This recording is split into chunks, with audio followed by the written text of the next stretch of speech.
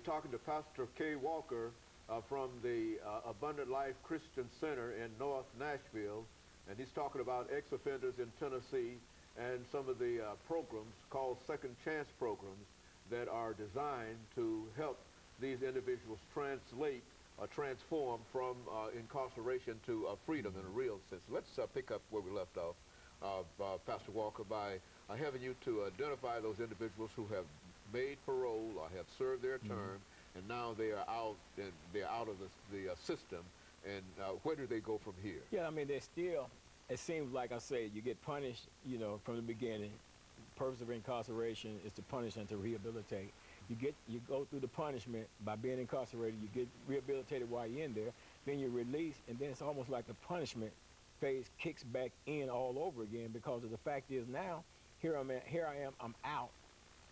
And in a lot of cases, I might not even have an identification card. I understand the state is doing something in that particular area to ensure that inmates have cards, ID cards, when they come out of the system. I know the one that just recently got out, he didn't have one, but anyway, they're working on it. I think they've been working on this for quite a while, because I think we talked about this before, and they didn't come to any kind of conclusion in reference to it. I think they're actually doing it. I mean, you know, in some cases, like in everything, some things fall through the cracks and stuff like that. But I think the overall process is being done right now. It's happening. But you know, still, when people get out, and I say that they're people. When they get out, they become ex-offenders, and now they got all these challenges. You know, it's like the system has labeled an ex-offender, and myself being an ex-offender, as once a crook, always a crook.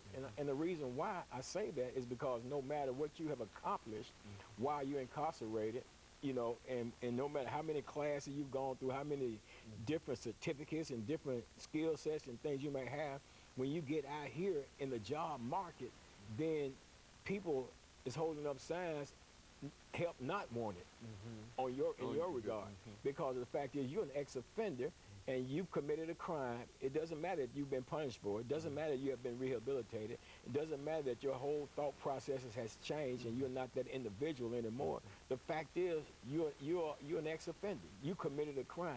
So for the rest of your life, you're going to be punished for what you did.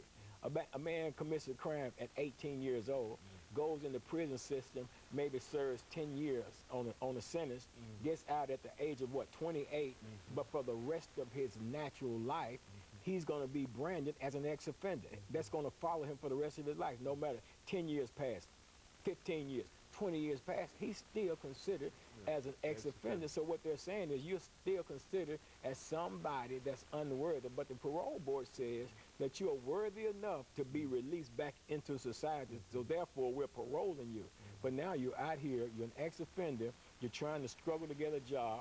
I mean, the economy the way that it is, I mean, people that are not ex-offenders are struggling to get a job, so you can imagine the magnitude of the challenge that an ex-offender is having in trying to find a job. But now you understand, Dr. Haley, these people got families. They may have had them going in, may have gotten out, and may have a family now. And their family deserves to be protected. Their family deserves to eat, to have life insurance, health insurance, and all the other types of things that's afforded to every other citizen in America. But at the same time, you're telling the individual that since you're an ex-offender, you don't have a right to that. You don't have a right to gainful employment. You don't have a right to have benefits for your children, benefits for your spouse, to feed your family and stuff like that. You don't have a right to even protect your family because you committed a crime so many years ago, and it's just so unfair to people. So what is the person supposed to do? And then they want to always hold up this recidivism rate or this reincarceration rate, and then they want to hold that up not truthfully, because if the truth be told, over 52 or 53% of the people that reoffend or are reincarcerated for technical parole violation. And what I mean by that is they failed to report to their parole officer. They didn't find a job. They moved without letting their parole officer know. They went out of the county without letting a parole officer know. Those things like that, which are technical violations, but at the same time, the obstacle, of course, is put before the individual.